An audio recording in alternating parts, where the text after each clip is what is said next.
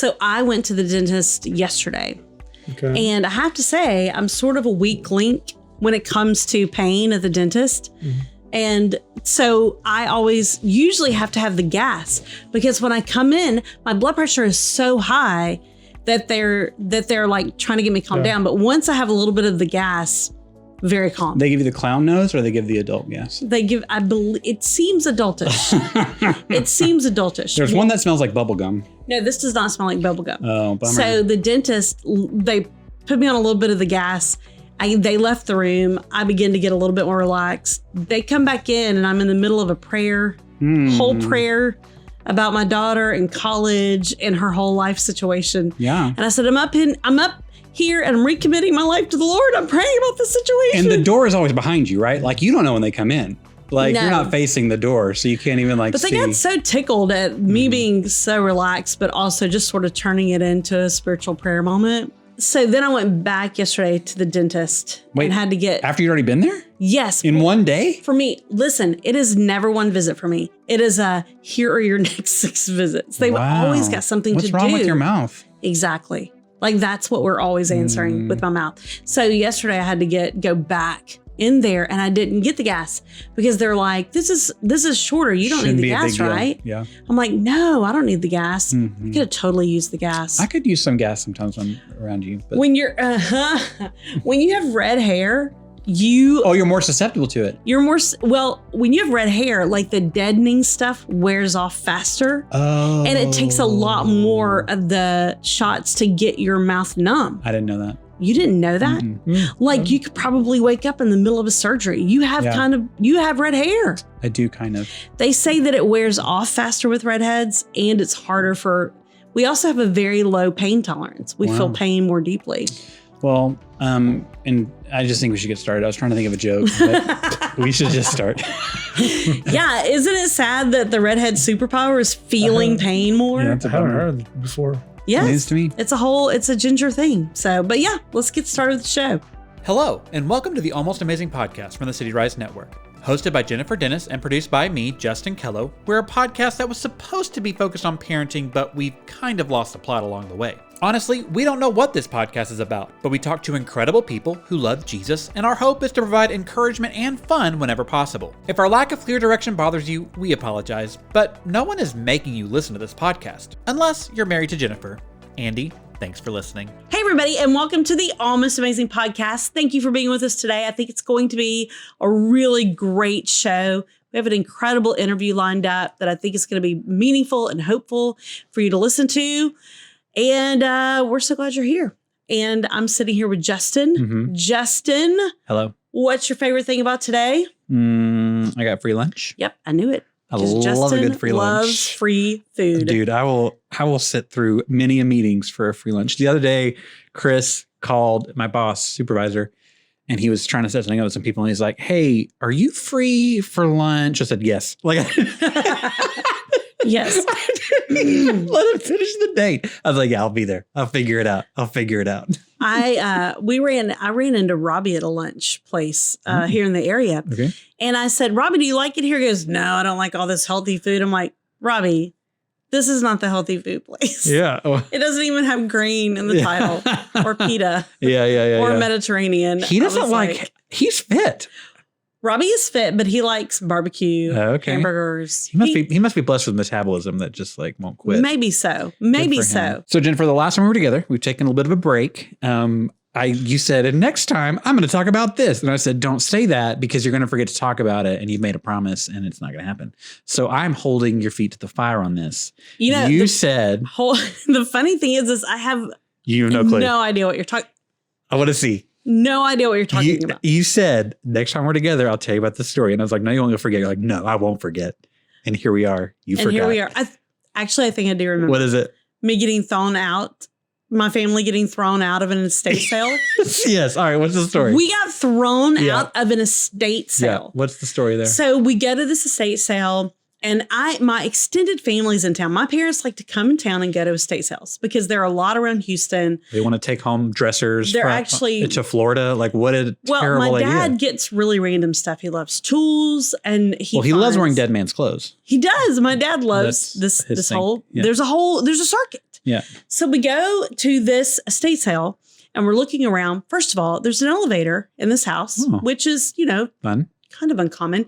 And my mom's like getting help on and off the elevator. She's like riding it to all the floors, looking around. So she's already got one of the people working there as her personal assistant with the elevator. And then I get a couple of books that I was really excited about. They were really well priced. In the middle of the books is a bar of soap. And I'm like, I'm going to get this bar of soap. This smells really nice. But then as I'm coming down the stairs and I'm about to check out, and I said, you know what? I think I'm not going to get this soap. I think this is actually more than I would pay in a store. And the person says, I'm sorry, you're expected to pay for that. And I was like, what? I said, what? And she goes, it's just known at an estate sale that if you pick something up, that you plan to pay for it. Oh. And I said, I've gone to a lot of estate sales and I've never heard that. Wow. Ever. And she goes, you don't know about it. That doesn't mean that's exactly the rule. And I was like, that cannot be a rule. And I was like, okay, fine. I'll buy the soap.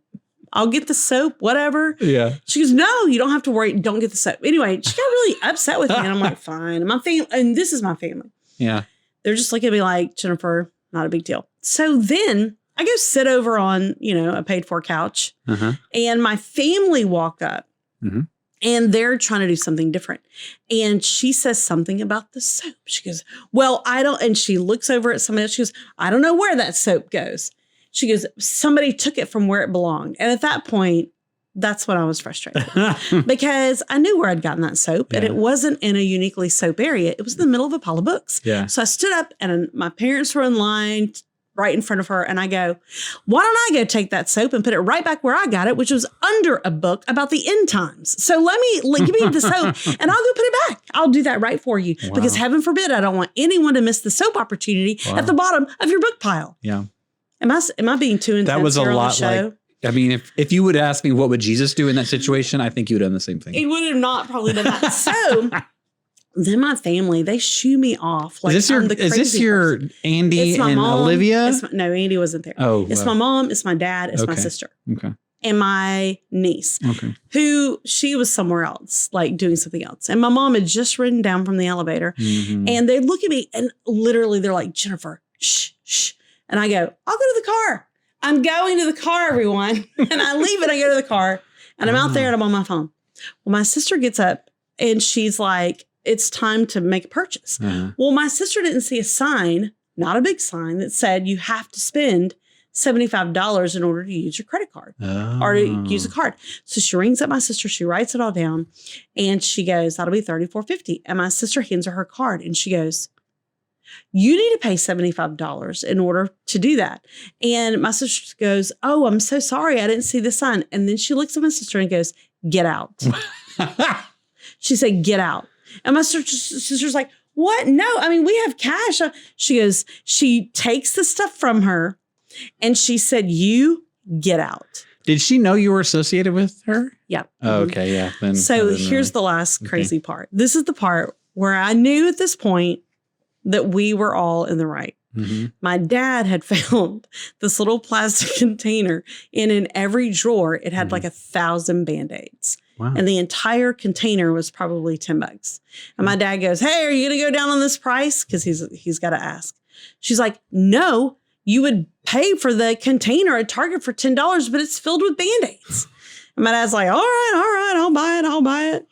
She opens the drawer and takes out 2 Band-Aids and then charges my dad $10. And he goes, why'd you take out the Band-Aids? Can I have my Band-Aids back? And she's like, no, you cannot. Like, took out 2 Band-Aids. Do you think this woman worked for the estate company or was she like a really distraught, sad widow? I don't know. That was just so like crazy. That was just like overwhelmed with grief and was like seeing rage. I don't know how it all ended that way. But my family, in the long history of my family, well, other than one time, we have never been kicked out of an establishment. No. That's just the second time that's happened. That's wild. But isn't that wild to be kicked out? That's wild. I can't believe it. So that you should say, well, I'm never coming back to this business again because I don't. They're only in business that one weekend. So I know that was the end of that. And I don't think I mentioned any details that were pertinent, but I did get a really nice thin line Bible. Okay. Great. Like that lady with the Bible. Yeah. Anyway, that's great. I'm glad for you, Jennifer. That's a great story. Kind of a boring story? No, it was a roller coaster of emotions and twists and turns. Crazy at the estate sale. Yeah. I didn't get to go to my dad's estate sale, but I'm just imagining what that was like. Have you ever been thrown out of anywhere anything? Before? No. Of course not. So what's going on with me? So I just wanted Justin, what's going on with you? I just wanted to share to our audience. I just took Olivia's senior pictures, and listen. You know that I'm not a liar. You know that I don't. You know that I don't say things just to say them. There is not someone that was easier to take pictures of in my life than Olivia Dennis. Oh, Justin. Like she is confident in who she is, and she is comfortable in who she is, and she is photogenic. You can get one of those things. It's hard to find one person that is super photogenic and confident, or like she was so comfortable in herself. She had so much fun.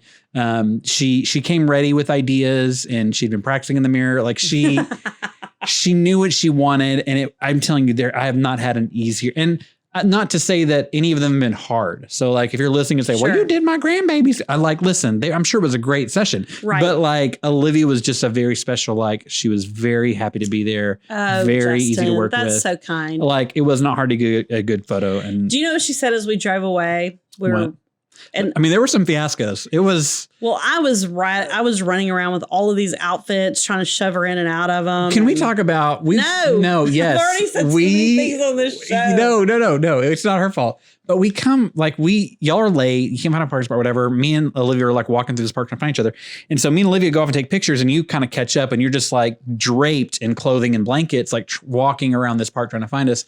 And so we come to you, and you feel like, I don't know if you were in a rush. I guess the sun was going down. It was like, hey, there's a bathroom over there to change. You're like, no, don't worry about it. I'll hold this blanket. And you hold up what looks like a child's beach towel. I was like, this is not a blanket. Like this is a shawl that like you wrapped, and she did great. I mean, she was able to get in and get out without any sort of like weirdness.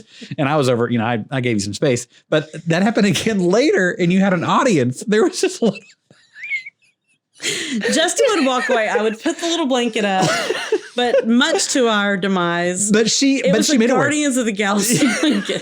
There's this moment where this little boy just comes, and he's standing there. I don't think he saw anything, but he was very much observing what was going on, just in your space, like not even a respectful distance. Finally, a family's like, "Hey, come over! Get over here! What are you doing?" But he's like, I like the Guardians. I think it was because of the blanket itself. I don't know. I couldn't believe how good a sport Olivia was. Like, you talk about how Olivia maybe gets a little embarrassed of you or whatever. Sure. She did things with you in the park that day that I have never seen any teenager be so chill about. Like, she was so chill about it. She was pretty chill. I know that in your heart, sometimes she's, Mom, you're embarrassing. But like, she was so chill and so easy. Like I'm saying, she was so easy to work with. She rolled with your chaos. She rolled with everything. Like thank you. It worked out great. As we drove away, she said, I forgot how much I enjoyed talking to Justin. Oh, Olivia. She did. She goes, I forgot how easy it is to talk to Justin. Oh, well, he's so fun to talk to. That's fun. And she goes, I was a little nervous about it because you're just dropping me off. And I'm like, oh, great. What am I going to say? She goes, but it was really easy, Mom. And I was like, that's so good. Yeah, that's great. That's great. Yeah, it's from 10 years of student ministry, man. You gotta learn how to talk to teenagers. I mean, that is it's a fine art. It was a really special day. And I'm really trying to not be focused on future, which is almost impossible for senior parents, to not just be like, beaming towards what are we going to do in the fall, but to really just soak in these days and, hold them in my heart. Every season's like that, though. You're like, oh my gosh, if I could just get these kids out of diapers, or oh my gosh, if I could just, and everybody's like, you should really enjoy the moment. And it's like, well, okay, I get it. But also this moment is chaos and I'm ready to be done. I'm filling out college applications and doing all this crazy stuff. And you've got to, I will say there's a couple of big jump overs, right? Where there's, I guess they're called jump overs, where they go to this next level of independence where you're like, oh, wow, that really shifted things. Right. One is when they move to middle school, something happens. When they're just like not in this elementary school zone anymore. When they're able to walk home by themselves from school without you walking them, that's a big zone shift. The biggest is when they get their own car. When they get a car, it's like huge difference. So now, like seeing this come to a close, it's really reflective for me. Anyway, it's your one shot too. I think that people with multiple kids, I'm not saying they're not have more kids. I'm not saying they're savoring it the same way, or they're not savoring it the same way. But like, if you've got another kid 2 years behind, you're not thinking like, oh, this seems like you are thinking a little bit. I'm sure. It's like your first time to go through senior year and your last. Right. You get another go at it. You know, Apparently, if you have to me more the other day, kids. she goes, "Oh, this is all for you. It's over for you now." And I go, "Over for you it's now. It's over for you now." Wow. I go, "Yeah, just start Canasta. Yeah. Next year I'll be in some card league." Yeah, I have a friend on. It's Kate, who we interviewed from Christianity Today. I follow her on Instagram, and she was posting a parenting hack. She's like, my parenting hack is I just had one kid. It is a hack. It's a totally different world with one kid. So That's no joke. So I'm sure there's pros and cons you faced in your life because of that. But I think this is unique in that you only have this one senior year, and so you do need to kind of soak it up because this is Amen. it. It's true. This is it. Well, speaking of big times and big ways and big things to talk about today, we have, I think, a very incredible guest who is doing incredible things to put forth the kingdom while fighting disease and fighting for his country. And I'm honored that we have this guest today. And I think you guys are going to love this interview. I'm excited today to introduce you to Rosty Semikov, and also in the Ukraine, Dr. Rosty Semikov. And now in the United States, a cancer fighting researcher by day, and a Russian fighter by night. Russian fighter? A fighter of Putin. Russians. Fighter of the Russian. How would you like us to say that, Rusty? I'm just trying to help my country. Just try to help my country. Help Ukraine Ukraine. survive. Rosty is You're from Ukraine. You're born in Ukraine. Yes, sir. That is your home. Okay, great. And so we wanted to bring him on the show today to talk a little bit about how you came to know Christ, how your life has been impacted by what's happening in the Ukraine, and some of the incredible work that you're doing here in the States. So welcome. We're so glad to have you. Thank you very much for inviting. Really. So tell us a little bit about how you came to know Jesus. I came to know Jesus when I was 12 and when I was in the kids camp. Actually, at that time, American missionaries started to come to Ukraine when the Soviet Union collapsed. It was 1991 when I first time saw American people. And I was so excited because in the school, we were taught that Americans are our enemies. They want to destroy us, take away our land, make a nuclear trash, box there. And that's all the propaganda was there. When I was in elementary school, we had Lenin in front of us in our classes.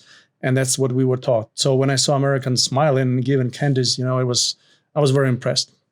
Oh, wow. That's incredible for you that's so wild to us that we didn't grow up that way, but to have Lenin, did you say having Lenin in front of you? And then what a leap of faith to step out and to trust Americans. It was relations, building the relations with those American missionaries from St. Louis, Missouri, coming to our city in Zaporizhia and doing kids camps. And we were so excited about those camps. They were totally different than Soviet camps. We started going there. It was Christian songs and Christian message. I grew up in Christian family, but it was a very special camp experience. And at one of the other camps, I got to go forward and said that I want to accept Jesus as my personal savior. I love that. So as a child who experienced, what we still do as mission work, that's a lot of what we do when we partner with other countries and other pastors in other countries, is we bring these kids camps. So can you speak on behalf of kids who experience these camps? What is it about them that helps you come to a stronger or a first-time faith in Jesus? What is happening at these camps for these kids that's making it a meaningful moment to where they want to become a Christ follower? It's a very special experience for kids who haven't experienced this type of relations and love from people.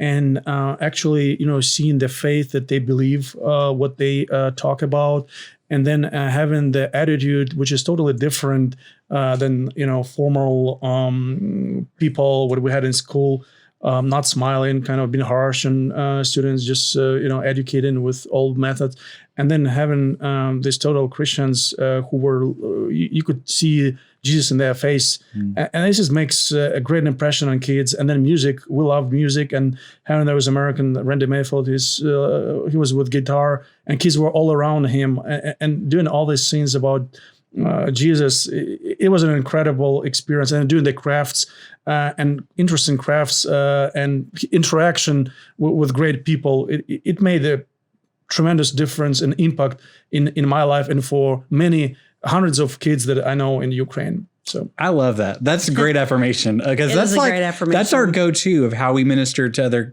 countries is we come in, we love kids, we have fun with kids, we teach them about Jesus, we show them kindness and the love of Christ. Like to hear a grown man who's here, strong in the faith, but he can look back at that as the moment, like that's huge.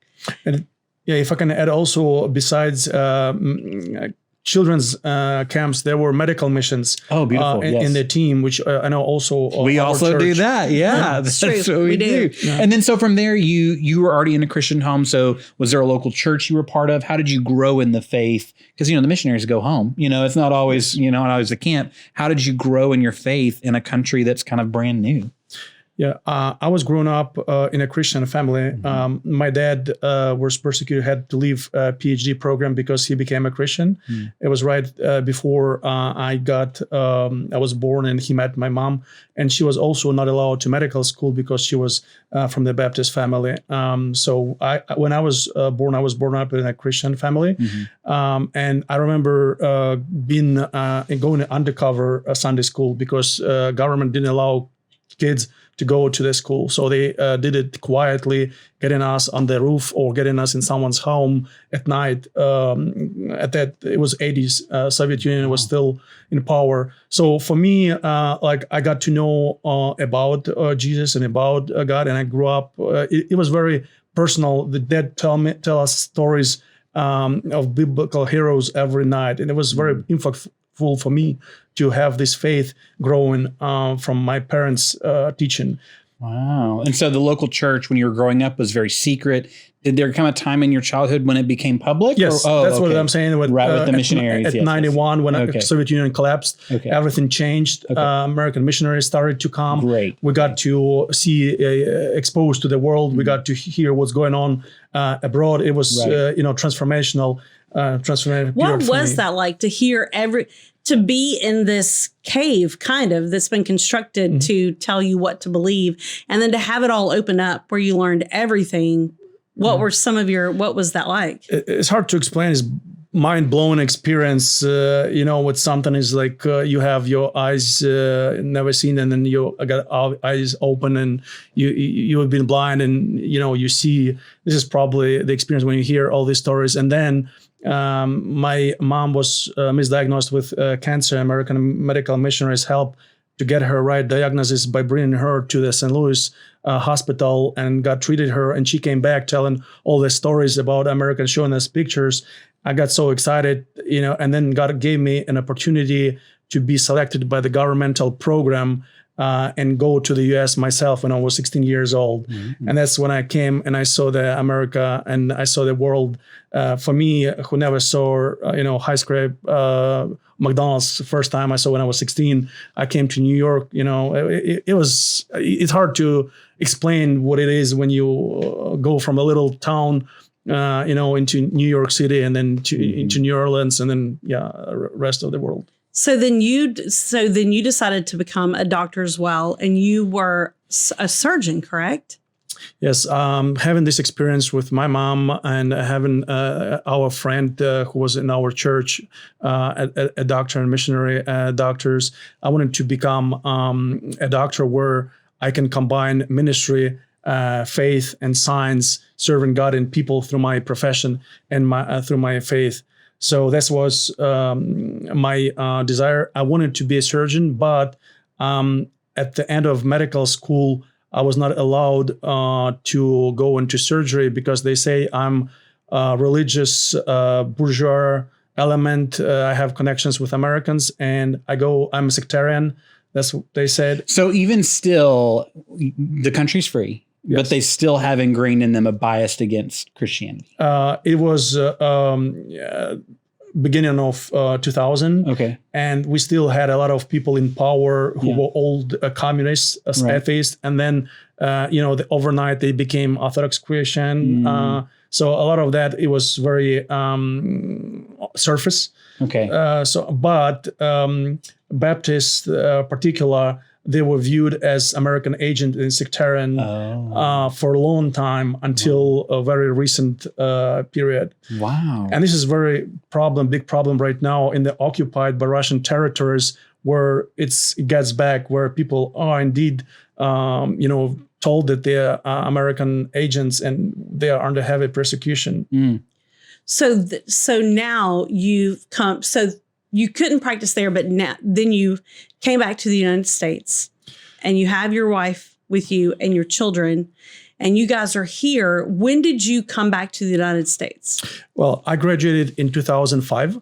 I didn't get to become a surgeon. I had to go. They put me from the top of the list to the bottom of the list, and it was hard for me to accept. But as I got humble and had to praying a lot, but God, give me your will, I'll accept your will. And Lord opened me other doors. I got a master's scholarship at Oxford University, and the door in Zaporizhia was closed, but God opened me doors at Oxford in UK, and I went there. And after that, I went into science and research and other things, pretty cool things, I think, which I couldn't imagine that God could lead me through. So you're in cancer research now. And then I ended up in cancer research in 2016 in New Orleans, and from New Orleans to here. Okay, great. This is a really good place to be cancer research. Yes. Yeah. Is it probably the biggest cancer research area in the United States? It is the biggest in the world. Wow. So Texas Medical Center is the biggest medical center in the world, and MD Anderson is number one research medical center in the world, and then you have a lot of other hospitals around it.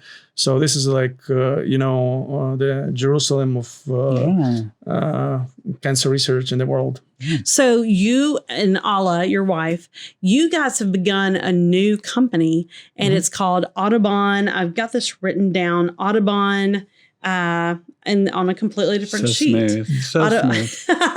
Audubon Bioscience. Yes. And that's what you guys are working on during the day, is just researching and figuring out ways to fight cancer, which I think is such heroic work. But you're also still focused on your family, friends, and people back in the Ukraine. So what are you guys doing? Because obviously we all know that is a tragic, horrific situation happening now.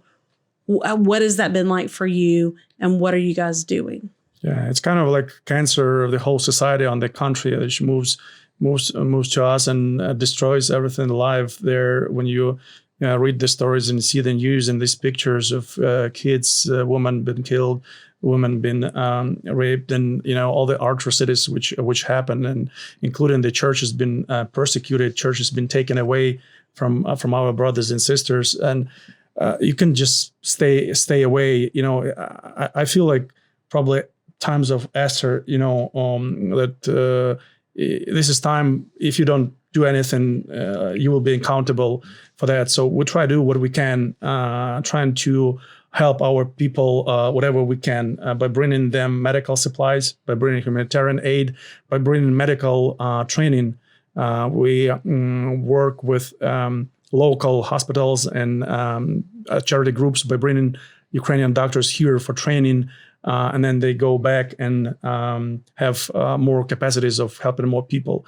Healing, teaching, preaching. This is what Jesus did, and this is what we are trying to do through peace and development. So is this a ministry that you have created, or something you're working with? Like, what is it called? It's a foundation that we started. We started in 2005 16 when the Russian war started. Actually, it's been not last year. It's been 80 years already in place, but it was slower going, and with large scale invasion right before that happened. When we came here in Houston, me and my wife, we founded Peace and Development Foundation. Okay, and so that foundation, its focus is equipping those back in Ukraine with medical abilities, with supplies, and then also with the gospel. Those are the things that you're going for. Okay. Yes. So do you go to Ukraine? Do you send people to Ukraine? Do you partner with churches to send groups? Like, it seems like not a great time to go to the Ukraine physically. Like, what is the strategy there?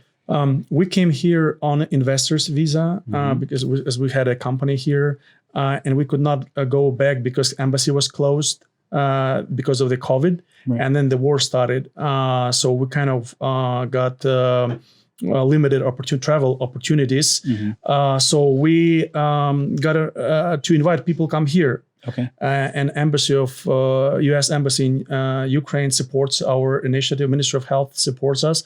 So we were able this year to bring 50 doctors from Ukraine to train here in the U.S. Nashville, Philadelphia, San Diego, Orlando, Chicago. These are some of the cities where hospitals and churches and ministries were open to host them. About how long does a doctor stay, and what skills are they trying to get while they're here? They stay here 2 weeks. Okay. They shadow local doctors, go into departments, ask questions. Local people show them protocols. They give them access to the information. They allow them to see the patient. They don't allow them to touch the patient because they don't have accreditation license. So it's kind of observership. It's called observership. Right. So they can come and observe and learn and see. And this is very tremendous, experience for them. It's something that I went through when I came to the US first time as an exchange student. And then for the faith side of that, what are you doing? Like, how do you? What's the strategy? We share with them stories, personal witness, personal testimonies. Those doctors, a lot of those doctors, they are Christians. Got it. And they also invite them to their churches. And they go to various churches. The one group went to a Catholic church. It was Accession St. Thomas. They are affiliated with Catholic. Another group with HCA Sarah Cannon went to Baptist church because there were some people Baptist. Got it. And so we kind of invite them, but mainly to speak, trying to bring God back into society, which actually expelled. Right. These are the same people who grew up in the same environment you did, where if you're a Christian and you want to be a doctor, you're shunned. So it's kind of empowering those people who are Christians. Yes. And younger people, they are less when Ukraine became independent 30 years ago, things changed. Okay. But older people who were older than 30 years, they grew up in Soviet Union. Okay. And from the very beginning, it was a communist idea for 70 years to build atheist society. Lenin, Stalin, they killed millions of Christians, priests, churches destroyed. They were expelling God. It was their country policy, was state policy to put God out of the society. Wow. What so now how do you I would be angry all the time. How do you fight the anger, the frustration, the bitterness? How do you fight those things? I think I would really struggle with that. Yeah, I'm struggling with myself. I don't have a clear answer to that. When you look at this destroyed life and, widows crying over there with little kids crying over their dad's funeral. And this is when I go on the Facebook, it's all my, very often all my friends post and they know someone is dying every day. And this is thousands of people. They're all together. I've seen the statistics. It's 500,000 people already were killed or severely, injured there over this year and a half. So it's a tragedy of unprecedented since World War II. It's very hard. It's a burden on my heart and on my wife and on other friends. I don't have an answer. It just, you ask God to help, and you do what you can from your side to help. I think I love that you guys clicked on several of your links, and hopefully we'll be able to provide some of those through the show of the practical ways that you guys are meeting the needs of the people there, especially as it gets colder, they don't have power, they don't have some of the basic necessities that you need for survival. And you guys are trying to get that in place for them to where you can meet their needs. How is that process going, and how can United States citizens get involved? Yeah, we just, we've been through this Texas freezing period when we got a blackout for 1 week, and it was pretty harsh. Yeah. I can tell a lot of stories about that. Jennifer was drinking pool water, just scooping it from the pool. I will say it pales in comparison to what I think is happening. Right. So imagine, yes, like how much we struggled with those few days. Like they're looking at months. I can't even spend the night at a campsite. This is like goes for 3 a month when you actually have freezing often below the temperature. Right. And then, besides you have constantly bombs fallen once there and there. No one knows where it will fall next time. So the U.S. citizens, how can we, what is the best way? So what we try to do, my wife said that I want to buy a dozen of Oogie, the Ugg boots, Ugg boots because our friend from Australia brought us some presents. He said, I want to buy, and they're very nice. Like, I want to buy those and send it to Ukraine. And I said, like, you would probably get a better discount if you ask for 1,000, not for a dozen. And we tried, like she tried and her friend tried, and the company gave us a 50% discount. Wow. And in Australia, they are, much less, they cost much less. So then our friends who we started talking from St. Louis, our missionary friends, they said, Uggs is nice, but you have to get some better things like wood burn stoves and generators. So we put together a package and started reaching out to people. And it turned out we raised about $174,000. Wow. And we were able, God through us, delivered warmth to about 3,000 people. Wow. I love that story. Yeah. So it kind of reminded me of this, miracle of Jesus when he had the little boy bringing a few breads and fishes, and he was able to feed thousands.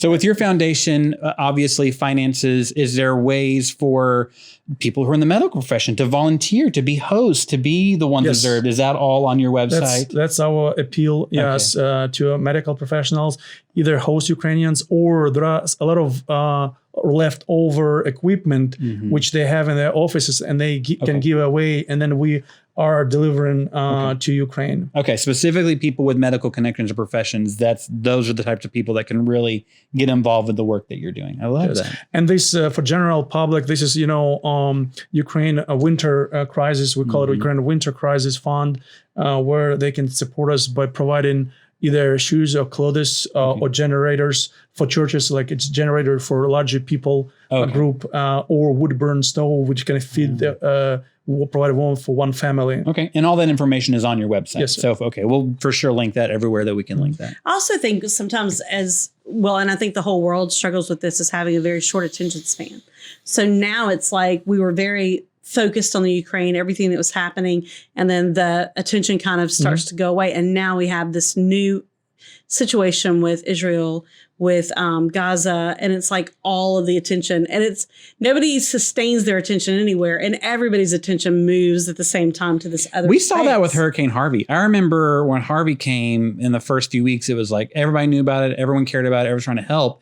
And then 6 months later, we're still cleaning up and everybody's gone. You know what I'm saying? Like, that's exactly I think what I'm that's saying. Just the way crises, Sure, and you guys are still in the middle of war. And let me say, exactly. Kudos to the Ukraine. I mean, we all thought that was going to be a 15-minute war. The fact that they still haven't been overcome by Russia, I think, is incredible. Yeah, it's like a story of David and Goliath. Fighting. Russia is 14 times larger in size and 4 times larger in population than Ukraine. And Ukraine is still fighting. And just another fact mentioned in Israel, Ukraine took a hard stand in support of Israel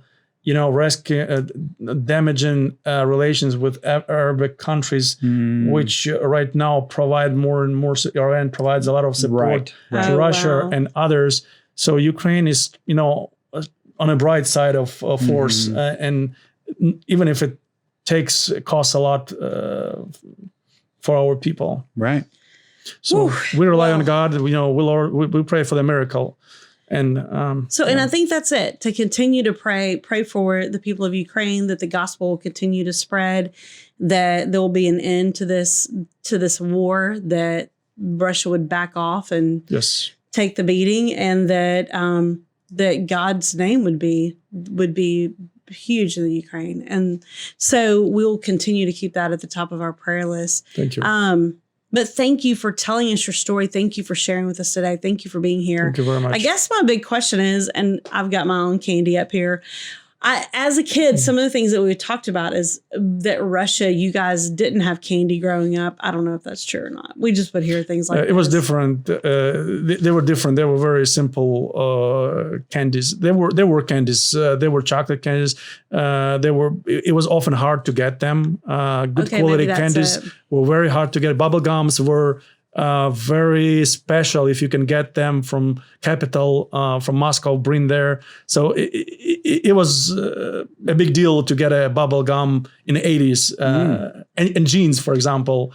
A pair of jeans. Yeah. Wow. So what is your favorite candy now that you've probably, and Justin, and we'll answer this too. So your favorite candy. Well, Halloween just happened. Do y'all go trick or treating with your kids? Do y'all do that? Not really. That's a very American thing. We have bags of candy at our house from Halloween. Right. So I'm trying to think of here's the thing about our family. Our kids, they love gummies and suckers, which are the least important thing to me and Kristen. And so we're digging through the bowl for all the chocolate, and the kids are obsessed with the gummies. And so we're kind of in a happy world where the kids are getting what they want and we're getting what we want. So when I'm thinking of chocolate, something that I can never say no to is, it's a Reese's cup, and I can't fathom anybody other than people allergic to peanut butter saying they don't like a Reese's cup. That's wild to fathom, but that would be something that I could never say no to. You could never say no to a Reese's cup. What about you? I'm like your family in that part of me does like the chocolate hit for sure. And I'm seasonal with it. Like Christmas, I have to have Hershey Kisses. Most of the year it's Snickers. If it's just plain chocolate, I don't care. I don't want just a hunk of chocolate. I don't want a Hershey's bar. I don't want a Hershey's Kiss. Kisses, there's something special about them when your mouth is warm and they're melting in your mouth.